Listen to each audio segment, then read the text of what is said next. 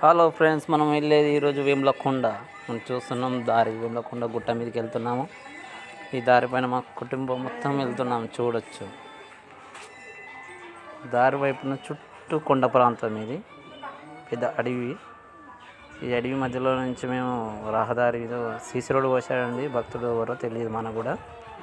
చూడొచ్చు మనం కనిపించే గుట్ట ఏనుగుల గుట్ట అంటారు.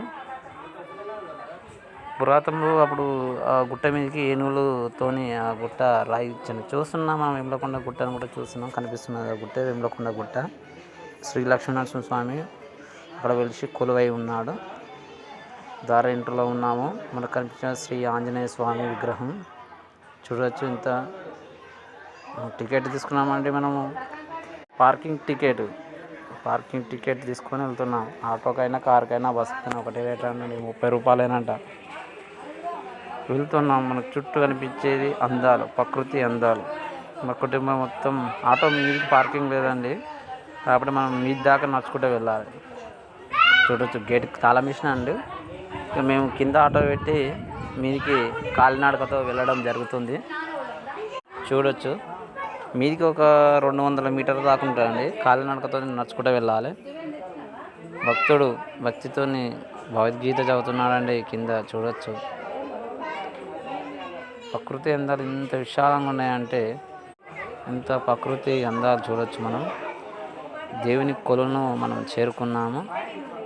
చూడవచ్చు మనం దైవము అనేది ఉన్నదా లేదనేది ప్రతిరూపము దేవుని యొక్క అక్షరాలతో రాయడం.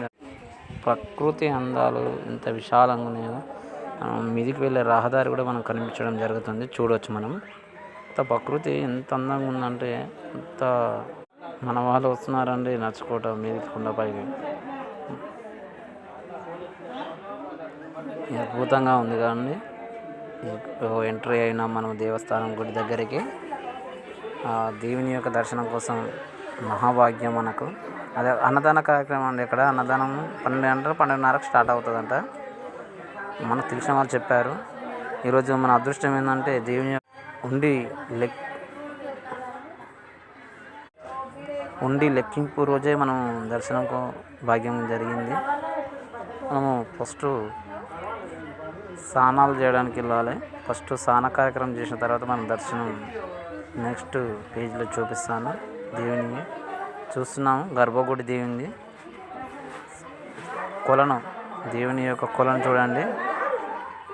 కొలను ఎంత అద్భుతంగా ఉందో, విశాలంగా ఉంటుందండి. ఇక్కడికి వస్తే కష్టం సుఖాలు